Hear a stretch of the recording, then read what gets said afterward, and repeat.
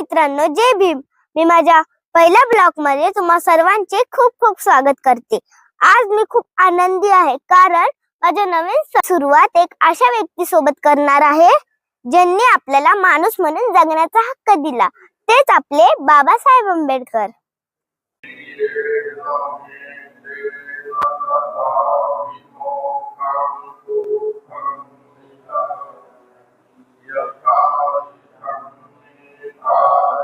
साहेबांना आपण ज्ञानाचे प्रतीक म्हणतो.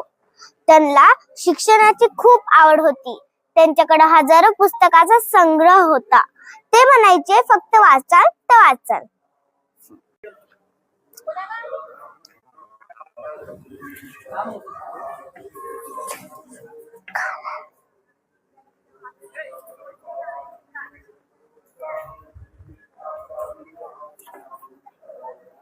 शिका म्हणजे खूप अभ्यास करा आणि संघटित व्हा म्हणजे एकत्र राहा आणि संघर्ष करा म्हणजे अन्यायाविरुद्ध लढा. शिक्षण हे वाघिणीचे दूध आहे. जो ते प्रशांत करतो ते गुरगुरल्याशिवाय राहणार नाही. मला माहितीये का, आपल्या देशाचा नियम म्हणजे संविधान तो आपले डॉक्टर बाबासाहेबांनी लिहिला आहे.